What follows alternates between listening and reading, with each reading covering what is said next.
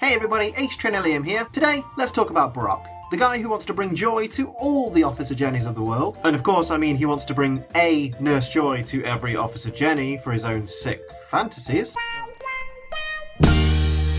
I've been really trying, baby.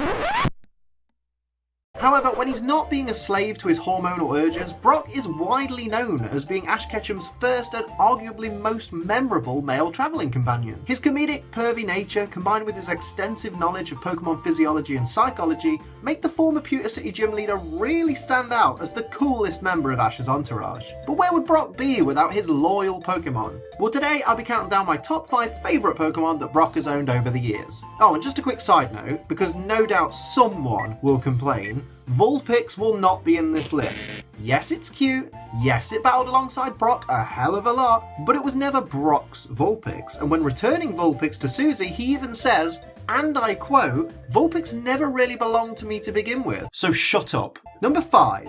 Sudowoodo. Now, I originally was gonna put Crobat in this position because, well, actually mainly because I was scared that the internet was gonna hate me if I didn't include Crobat in the list. Crobat just didn't have a personality. It was a good battler. It popped up now and again, but it really didn't have personality.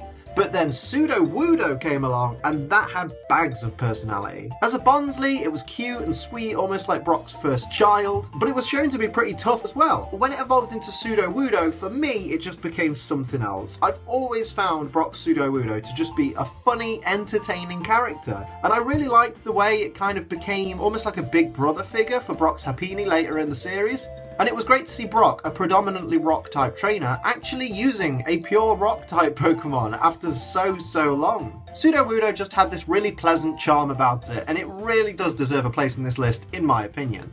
Number 4. Ludicolo. Now, we can't talk about personality without talking about Brock's Ludicolo. When it started off as a Lotad, it was a little bit slow, maybe a little bit special as far as Lotad goes. But as you can imagine, under Brock's training, Lotad actually became quite a competent Pokemon, and this only improved when it evolved into Lombre, and then again into Ludicolo. And as with any Ludicolo, this thing just exuded personality. It was so funny and quirky, and it could really kick ass when it wanted to, but mainly it was just a bit of comic relief. Brock's Ludicolo was just always a barrel of fun. Didn't matter what he was doing, he was always happy doing it. Number 3. Croagunk. Now, at this moment in time, Croagunk is actually the only Pokemon Brock has with him, as far as we know. And ever since Brock captured Croagunk, he's been shown to be just a loyal and powerful battler. I mean, even in the first episode, Croagunk was kicking ass and taking names even before Brock captured him. And if you're not convinced about how powerful Brock's Croagunk is, it stopped a Draco Meteor. Just stopped it. Just like that.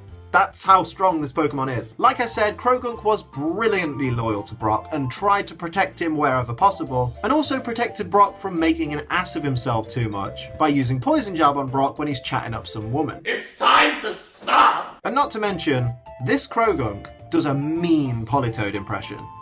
Number 2. Happiny.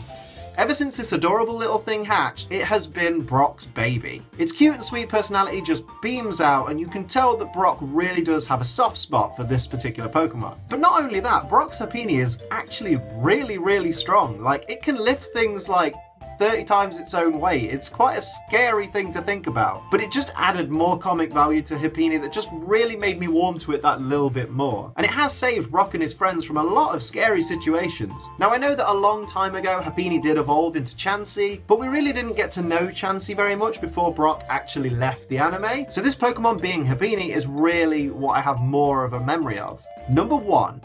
Onyx.